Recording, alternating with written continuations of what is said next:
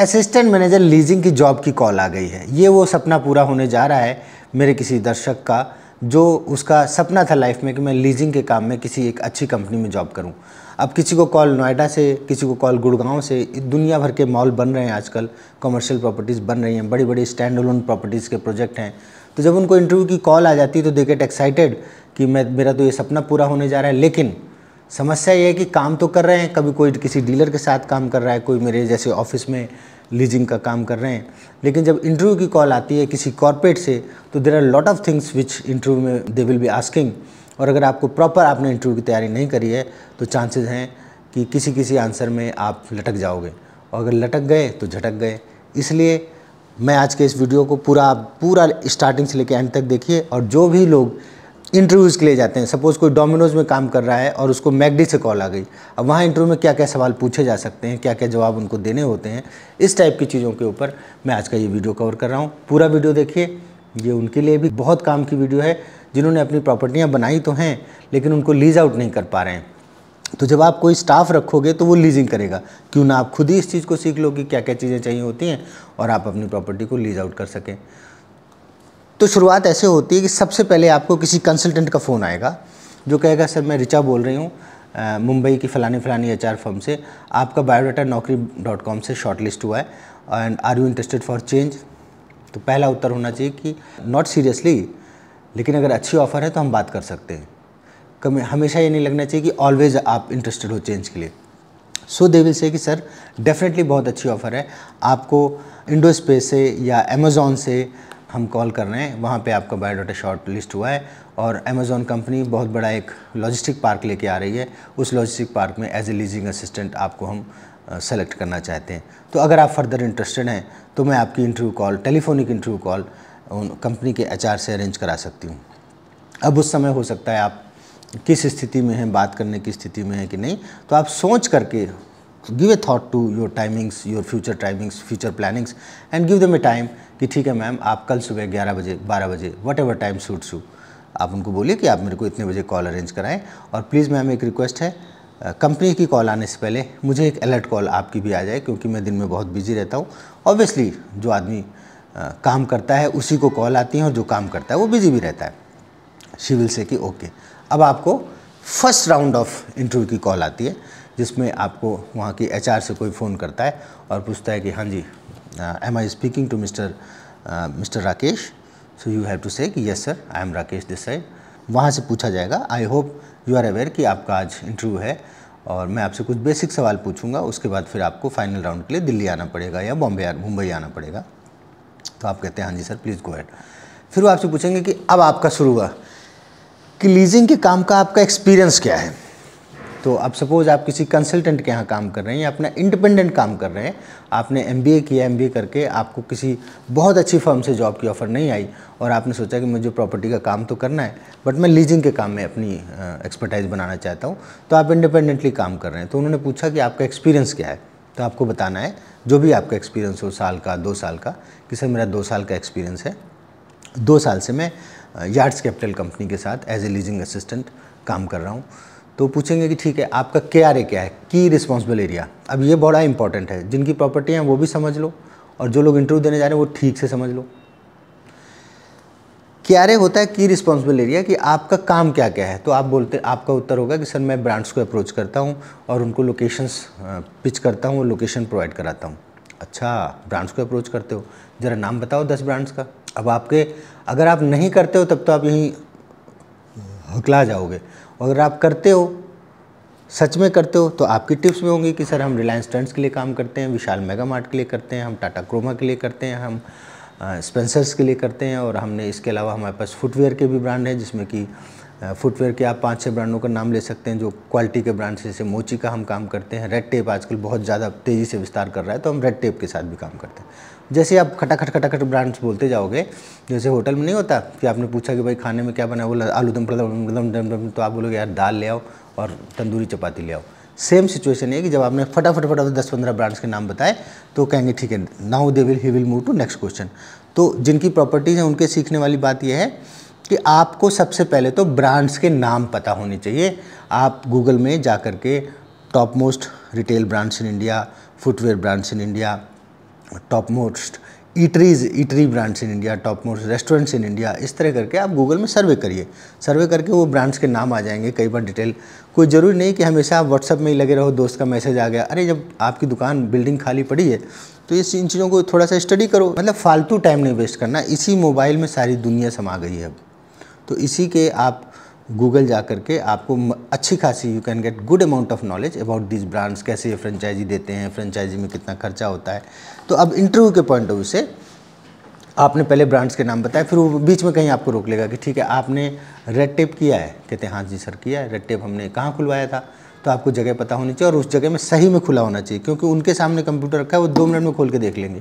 तो आपने सपोज उनको बोला कि सर जीरकपुर में हमने अम्बाला हाईवे के ऊपर खुलवाया है, कौन सी लोकेशन है, अपोजिट टू कॉस्मो मॉल, क्योंकि इतना तो आपको पता ही होना चाहिए ना। अगर आपने खुलवाया है तो भी, नहीं खुलवाया है तो भी आपको मालूम होना चाहिए कि वो कहाँ खुला हुआ है।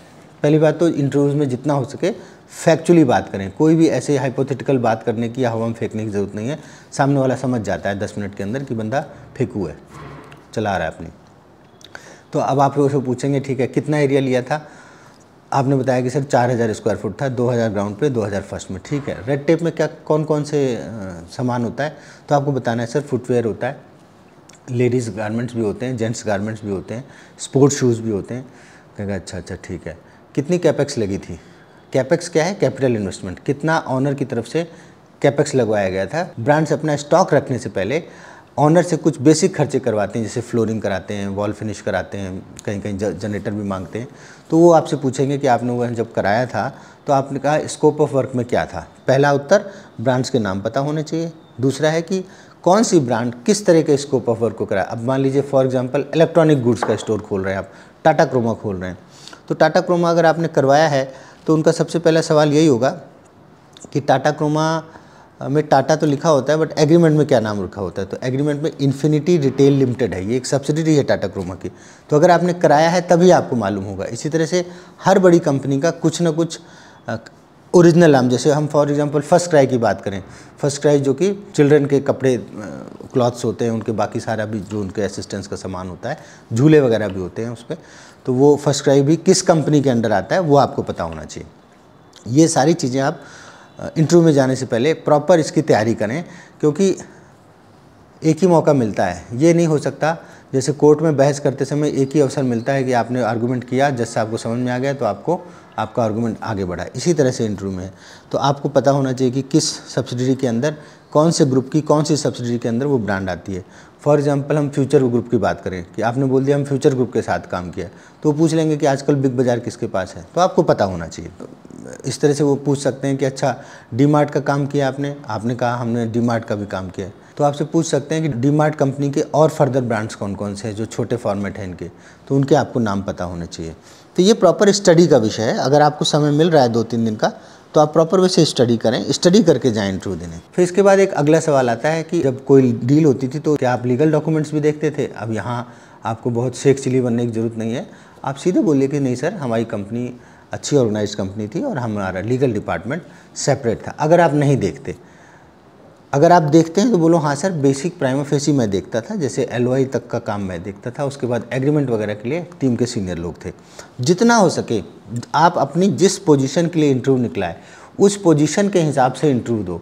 फॉर एग्जांपल मैं एक बार गया एक कंपनी में इंटरव्यू देने, मैं तब रियल इस्टेट में जॉब करता था और मुझसे इंटरव्यू में पूछा गया कि आप एप्लीकेशन फॉर्म कैसे भरोगे, और मैं गया था वहाँ ब्रांच हेड का इंटरव्यू देने के लिए। ब्रांच हेड माने उस कंपनी का उस क्षेत्र का सबसे सीनियर अफसर। उन्होंने हमसे पूछा कि आप एप्लीकेशन फॉर्म कैसे भरोगे, तो मैंने बताया कि सर एप्लीकेशन फॉर्म में हम कस्टमर का नाम, pan card, Aadhaar card, phone number, email ID, address. By the way branch head का इंटरव्यू कुछ उस लेवल का सवाल पूछे। ये तो हमारे ऑफिस के जो असिस्टेंट, वेरी जूनियर फ्रेशर बच्चे होते हैं वो पूछते हैं। अब इंटरव्यू अफसर को मज़ा आ गया, उसको तो कैंडिडेट ही ऐसा चाहिए था। उन्होंने कहा कि ठीक है आप बताइए कि हमारा 100 एकड़ का प्रोजेक्ट आ रहा है, एज़ पर अप्रूवल पॉलिसी इसमें ये इंग्रेडिएंट होने चाहिए, इन इंग्रेडिएंट्स के हिसाब से आप क्या क्या इसमें प्रोजेक्ट की मतलब इकोनॉमिक एक रिपोर्ट बना के दीजिए कि यहाँ पे कितने फ्लैट आने चाहिए, कितनी प्लॉटिंग आनी चाहिए, कितना कमर्शियल आना चाहिए। हमने कहा ये हुई मस्त बात, ये हम बताते हैं आपको। हमने फटाफट उनसे बोला कि सर एक कंप्यूटर दीजिए और इसी तरह से आप भी इंटरव्यू को उसी हिसाब से फेस करें कि आप जिस लेवल का इंटरव्यू देने गए हैं, इंटरव्यूइंग ऑफिसर को आप ड्राइव करें कि वो आपसे उस तरह के सवाल पूछे जो आपके एक्यूमेंट के सवाल हैं। एंड अगर आपको इंटरव्यूइंग ऑफिसर कुछ ऐसे सवाल पूछ रहे हैं जो आपके क्षेत्र से बाहर हैं या जिनके बारे में आपकी नॉलेज कम है, तो बेस्ट आंसर होता है कि सर ये डिपार्टमेंट, लीगल डिपार्टमेंट वाले लोग देखते थे। ये सिर्फ आपको इंटरव्यू देने के लिए नहीं, आपको वैसे भी पता होना चाहिए कि अगर आप प्रॉपर्टी के ऑनर हैं, अब सपोज़ आपको कोई चीज़ नहीं पता है, आपको एलओआई तक की चीज़ें पता हैं, जनरल टर्म्स कंडीशन पता है, लेकिन आपको एलओआई साइन करने में डर लग रहा है कि लेटर ऑफ इंटेंट है, इसको साइन करने के बाद क्या होगा, तो आप अपने वकील से सलाह ले लीजिए, आपका जो प्रॉपर्टी कंसल्टेंट है उससे सलाह ले लीजिए। एग्रीमेंट जब कंपनी बना के देती है उसमें बीच में ऐसे क्लॉजेस होते हैं जो वन टिल्टेड होते हैं। ज़्यादातर जो बड़े कॉर्पोरेट्स हैं वो एग्रीमेंट में ऑनर्स को बहुत ज़्यादा स्कोप नहीं देते, उनकी फ्रीडम को काफ़ी हद तक वो बांध लेते हैं ताकि वो उनको ज़बरदस्ती कभी खाली ना करा सकें। कंपनी अपने फेवर में फोर्स मेजर क्लॉज और ये सब रखती है, तो जो चीज़ आपको नहीं पता उसमें आप अपने एडवोकेट की सलाह ले लें।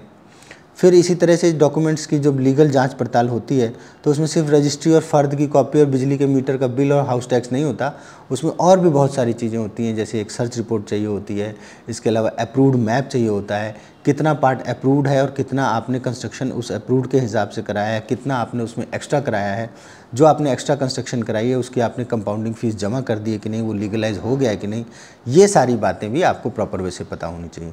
तो बहुत ध्यान से देखिए, जहाँ पे हम कोई चीज़ जल्दी बोल गए हैं आप उस वीडियो को तुरंत पीछे जाओ, दोबारा से सुनो ताकि आपको चीज़ अच्छे से समझ में आ जाए। देन इसके बाद कुछ टेक्निकल चीज़ें भी होती हैं, टेक्निकल इन द सेंस कि बिल्डिंग की हाइट क्या है, बिल्डिंग में कंस्ट्रक्शन किस क्वालिटी की हुई है, वहाँ पे अल्ट्रेशन हो सकती है कि नहीं, बिल्डिंग के टेक्निकल पॉइंट्स में सेफ्टी फीचर्स, फायर एक्सटिंग्विशर्स लगे हैं कि नहीं, फायर की एनओसी है कि नहीं, इन्वायरमेंट क्लियरेंस है कि नहीं, हाइट क्लियरेंस है कि नहीं, ये सारी चीज़ें होती हैं जो अलग अलग एरिया पे आपको मैंडेटरी हो सकती हैं। कहीं अब जैसे सपोज़ कोई मॉल है, अब मॉल के आप पीवीआर की डील कराने गए हैं आप, या पीवीआर को आप रिप्रेजेंट करते हैं, अब आप वहाँ पे गए, पता चला मॉल की हाइट ही ज़्यादा है और जो टॉप फ्लोर में है वो इलीगल ढंग से बना हुआ है।